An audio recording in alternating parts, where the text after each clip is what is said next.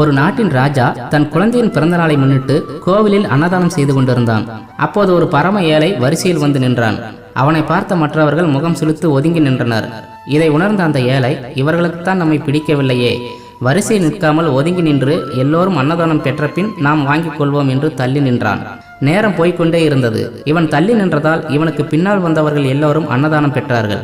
சிலர் அன்னதானம் பெற்றுக்கொண்டு இவனை ஏளனம் செய்து சிரித்து விட்டு போனார்கள். இவன் வாயை திறந்து எதுவும் சொல்லவில்லை என்றாலும் மனதிற்குள் ஒரு சோகம் இருக்கத்தான் செய்தது. எல்லோருக்கும் தரப்படும் அன்னதானம் கூட நமக்கு கிடைக்க எவ்வளவு காத்திருப்பு, எவ்வளவு போராட்டம், எவ்வளவு ஏளன பார்வை. போன ஜென்மத்தில் என்ன பாவம் செய்தோமோ இப்படி கஷ்டப்படுகிறேன் என்று தன் விதையை நினைத்து நொந்து கொண்டான். மாலை வரை காத்திருந்தும் யாரும் முன்வந்து அன்னதானம் கொடுக்கவில்லை.